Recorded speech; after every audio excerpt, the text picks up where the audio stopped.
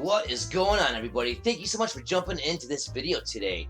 My name is Danny Coldblood, aka MusicVidiot, and I am here today with a fellow friend and mystery hunter, DashWinzoo. What is going on, man? Kiflom Brothers. Kiflom Brothers is an awesome way to say hello. We were basically talking in my broadcasts. Dash was commenting some interesting stuff in the chat, so I asked him to come on and do a discussion video with me and maybe discuss and speculate some of his theories and ideas that he had as well. So once again, welcome DashWinzoo to the channel. What's going on, Dash? Thanks for jumping in the video and doing this discussion, man. Thank you. Well, watching your stream last night, you were talking about just a number of different things, and so I brought up the movies, and within each of the movies of Red Dead Redemption 2, a vast majority of them have already been proven to be true. So I had this theory of, well, what if just all of the movies are true? And one of the movies that stuck out in my head was the one called Mr. Bear's First Winter, and it involves several animals, starring a bear, and the bear talks to the wind, who ends up being like the bringer of winter. And one of the animals, of course, that the bear talks to warn him about winter ends up being a possum. Within that movie also, you can find a rabbit, a turtle, and I believe the turtle is like representing the Chelonians. And there'll be like squirrels and several other animals. But what's real interesting is going back to the wind itself. Because within Red Dead Redemption 2, there's a fort called Fort Riggs, and within that fort, there's a poem that was written out about like an old Native American mythology that connected to a giant. Is this like a document that you find at Fort Riggs? Yeah, you find the document, and it's called something spelling test, I believe. So when you take that and you decode it, you take like the first letter of every word within that, it comes out to say, Waziah comes with winter's breath, his trees stand guard, whispering all night that we sleep in our graves. Father fought and died so quickly, mother dies slow. And when you look up the word Waziah, like you can find a bunch of discussion videos on who this is. It turns out to be a giant that brings winter. And I couldn't help but see like the parallels between this giant who brings winter and this movie with the bear and talking to the wind. That's interesting. Do you think it has, I don't know if I'm getting ahead of myself or if you're about to say this or not, but do you think that has anything to do with that mysterious giant that we talked to in the cave over in the northern area of the game? I believe it has to do with that giant, the giant skeleton found on the mountain, and possibly Bigfoot. So anytime there's talk of like a beast or a mysterious, creature or anything like that, I'm always thinking of Bigfoot and peyote transformations, because we've seen so many different things like that already. And you were talking about how this story within the movie that we can watch at Valentine is basically that the giant is wind and how it brings winter. And you mentioned something off camera that I thought was really interesting that kind of relates to that as well. A little observation you made. If you want to bring that up, I thought that was a really cool observation that you made. Well, I thought it was interesting that both games had this like parallel of each other, where Grand Theft Auto 5, you start off in North Yankton in the snow, and it's all Christmassy. When you start off in Red Dead Redemption 2, you start the game off also in the snow. And then both games have an ending that can end in fire, because within Grand Theft Auto 5, if you choose to kill Trevor, he crashes into like a gas truck and it blows up and there's fire everywhere. If you choose to go for the money in Red Dead Redemption 2, you go back to the camp and the whole place just engulfed in flames. So it was really interesting to see that Rockstar had this both beginning and ending of both games set up for both ice and fire.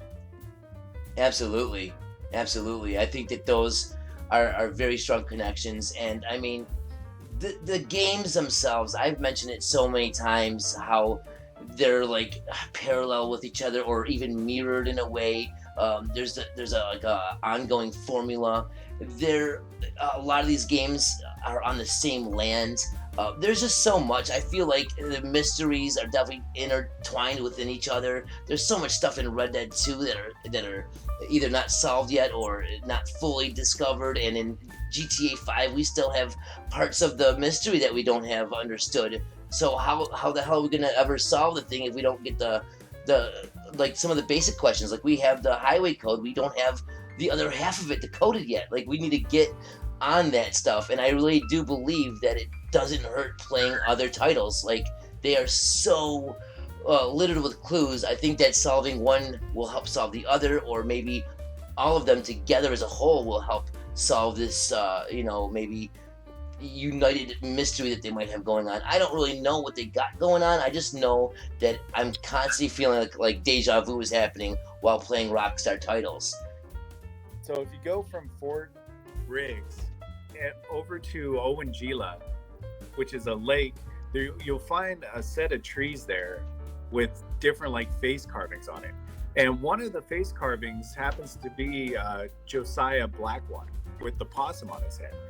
And I found this interesting because with that, if you're looking at the other trees, you'll find one of them where the face is actually higher than the other faces, as if to represent, like, each one of the faces is about the same height as Arthur, except for this one is taller, like to represent that person that it represents is a giant or Bigfoot. I'm looking at this right now, and you're right. The one is definitely higher up, and it definitely looks like a Neanderthal or like a giant or Bigfoot.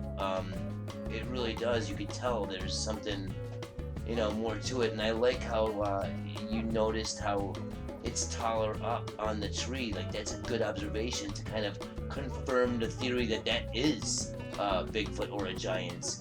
And if you think back on the movie too, the bear is actually bigger than every animal that it's talking to. So in a way, it could possibly be a connection that way. This giant could also be a connection to the wind or the winter god. And then one of the animals that the bear talks to happens to be a possum, which could connect to this Josiah Blackwater wearing the possum on his head. One of the other faces on the trees happens to be a Native American.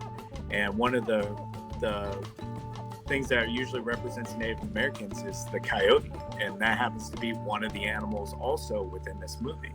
This is interesting because I've always wondered about this location and what the meaning was behind these faces and what it was all about. And the more you're talking about the connections that you're making to the movie, I'm starting to see it. And with Rockstar, they're always about music and film, and they love to throw their connections, especially through entertainment in those types of ways. So it's definitely an area to look at if you want to find clues. With Rockstar, look in music, look in entertainment like movies, TV shows. That's where Rockstar loves to cradle all their little clues and connections. So this is really interesting that you're bringing all this up. Not all the movies could be directly related to this, because I mean, one of them is about like men flying with gliders, and then when you go throughout the desert and you unlock that whole section of the map, you actually find one of these gliders that's like crash landed, and it's representing, this had happened from this movie, Ghost Story, where two like young lovers get attacked by ghosts. And if you go to the area of the map where it talks about the lovers and the ghosts, you could actually hear the whispers of the lovers' exact dialogue from that movie. That was the Roanoke area. Yeah. And what's interesting about the Roanoke area is that there's a real life American mystery about a Roanoke. And it's really interesting. Like, I don't want to get crazy into that right now, but it's crazy how there's like a mystery there with all the different whispering and stuff like that. And you mentioned the ghosts and everything. Like, there's even a ghost south of that at the Bayou area where that girl or whatever, she's a ghost, and you can see her at different times. And as you were saying, the thing about the glider, I was thinking that's in, I think, both Red Deads.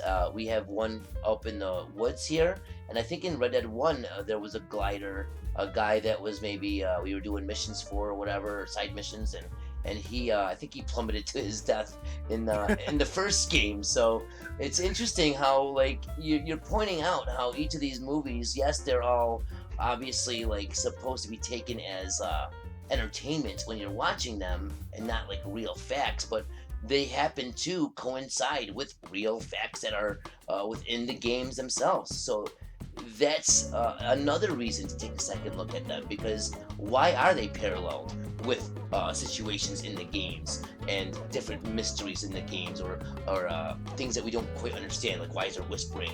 Oh, there's a connection. Why is there a connection? Why are they pointing these things out?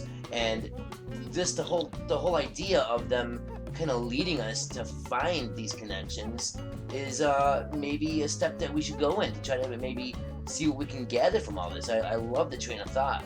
One of the movies that talks about the Egyptians and like their lore, and I found it really funny that when you do the Sinclair missions and you get the big old mural, that it also happens to have like pyramids on that mural and like this obelisk, you know, and then you can find an obelisk like within the game that matches both these pyramids, this mural, and you can even find it within this movie. And one of the other things I found kind of strange, I mean, maybe it'll come of something, maybe somebody will run into something later on, that's what happened, but that movie talks about how the Egyptians would praise cats. And if you ever go up to a dog, you'll notice one of your options with the dogs is that you could praise the dog. That's really interesting. I like that. I mean, the connections are there. What we can do with it, I'm still trying to work that out myself. Hopefully other people will hear this information and can add to it, and we can just build off of it from there. You could even go to Mount Sean, rock paintings that surround that mountain. You'll find a couple of them show people like either worshiping or standing near giants. And even one of them shows like 4 people kind of standing in a row.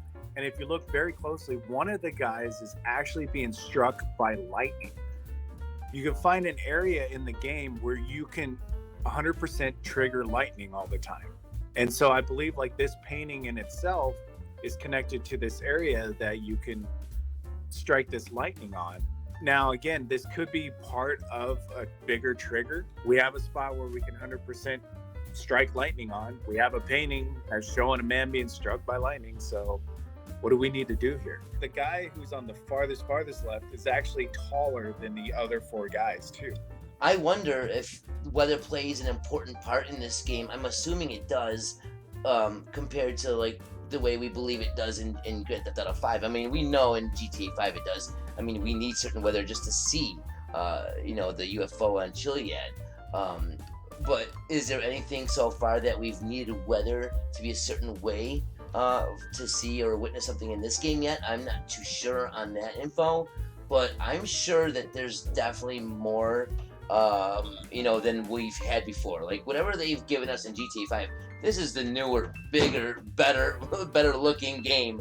You know what I mean? Like, they definitely put more into this. They spent a lot of time on this game, and if there's certain things that have to be done, like weather or location or anything, I mean, it's going to be very technical, and who knows, we're probably going to be finding Easter eggs or different things for years to come. Who knows? And what I'm really feeling like is that Rockstar has taken us as inspiration for these mysteries. Because if you think about the Chiliad mystery, how many people kept talking about, oh, maybe the mystery has to deal with karma. and you have like all these people generating these good karma runs. Well, RDR2 comes out and they actually added a karma bar to the game. And then you have this big mystery here. And if you do like really good karma, like there's a secret mission involving like Mrs. Downs and her son. Like I believe it's within chapter 6. But the only way you get the secret mission is if you have good honor that's level 4 or higher, and it's time sensitive. If you don't have this good karma, then you never trigger this event in the game. And so it lends more towards this, hey, maybe this mystery is involved in karma and is inspired by us players that were wanting a good karma mystery back in GTA 5. The karma happens to be connected also to animals within this game. If you're, doing really good, you'll get like these different cinema scenes when you're Arthur of deer and stuff, all natural in the woods. But if you're bad and you're not the nicest guy in the world in this game, you'll notice that won't be a deer in your gameplay or in your cinema scene. It's going to be a wolf. And so they even use animals to signify how good or bad you're doing, which goes back into the stuff you were talking about within the movie. And actually, I'm looking at an image right now that I took. It's a screenshot that I took from Red Dead Redemption 2, and it's an actual almost like an Easter egg to the first Red Dead, and it's that donkey lady, the boned lady, holding up that big stick thing, and she's like walking around that well or with that wheel. And it's interesting because in that one of those movies at Valentine, when you go to watch it, it actually says that to power up the flight machine or whatever, there's even donkeys that walk around in a circle, and it's exactly what we're looking at right now on the screen, except for it's a donkey doing it instead of the donkey lady doing it. Right now, I'm looking at one of the filters that we have with the photo mode. Top right of the screen, it says the filter is called post-apocalyptic. Okay? Like, they've used the filters not only as clues, but the names of the filters. Same thing with GTA 5. This is not new information. It's just a new way of implementing it. Talking about filters, if you look at the final lines of the movie Caplavora, the director's voice comes on at the end, and he talks about looking at things through a different perspective and void of color to see what their true nature is, or something along those lines. I know I'm not quoting it exactly, but basically using a filter and looking at something at a different angle to see what it truly represents. And if you go back and look at the first release of Grand Theft Auto 5, the map that you use on there was in color. Now you would think next gen better graphics, but they made the map black and white. They took away the color map and gave us a black and white map. And they added the movie murder mystery that gave you the black and white filter. Mm-hmm. That you could add to the entire game while you played it. If you got the game physically, the game map that comes with the game, the physical one, was completely different as well. It was a completely different map. It was more cartoony. And then there was a blueprint map that came with the special edition. So yeah, they're definitely stressing different perspective, definitely. If you look at the murals, like the Mount Chiliad mural is like black and white, and then you have the textile mural, and you show this all the time, Danny, where you start at the Chiliad mural and then you go down the map and it lines up with the textile mural, and that textile mural is like, it's all colored, it's like almost rainbow. The weirdest thing was, I was going through my games the other day, and I have like a bunch of Rockstar games on my Rockstar launcher on my computer, and the two titles that I was looking at was The Lost in the Dam and Gay Tony. And if you look at both of those titles, The Lost in the Dam's color scheme is black, white, and red. But then Gay Tony is like full rainbow. And I thought that was very interesting that those two color schemes also match like those murals. That's really interesting. I like that a lot. Oh. And I really like that a lot because I'm going to be bringing out some information tied directly to the geometry of things because of something that I found in this game in Red Dead 2 recently. that made me like almost have my jaw drop open. Like, oh my god, like they are basically explaining why there's so much geometry or geometric shirts and this and that, like geometric and geometry, everything in GTA 5. It's everywhere, and it's like, what is the, like, what are they really saying? And now I feel like I kind of got it because of something I found in Red Dead 2, but I'm gonna bring that up in a separate video and talk all about that. So everybody, make sure you stay tuned for that information. And like I was saying, leave comments. Let us know what you guys are thinking. I'm really interested to see where everyone stands right now concerning the two different games and the mysteries within. And I'm really happy to have you on, Dash. It was an honor and a pleasure. I think it's really awesome that you were talking and speculating about the in-game movies, because not only did they make sense with the stuff like you brought up within the game itself, like they might be fake movies, but they're talking about real things in the games. Like the connections are true, they're there, and then we even can see a direct parallel or a mirror to GTA 5 with their movies as well, like you brought up the Capital of Oro and stuff like that. And here we are looking at filters that say post-apocalyptic and stuff. So it's going back again, you know, noir. We're going full circle, back in time, forward in time, back in time. You know, might as well just drive the DeLorean up and down and all around and just call it a day, you know? I mean, I think it's awesome. So, Dash, thank you so much for jumping in and giving us your time and talking about the mysteries and stuff, man. Yeah, for sure. Keep along, everybody, and hopefully it leads to something bigger. Absolutely. It's been an honor and a pleasure. Everyone, thank you so much for jumping in and checking out the video.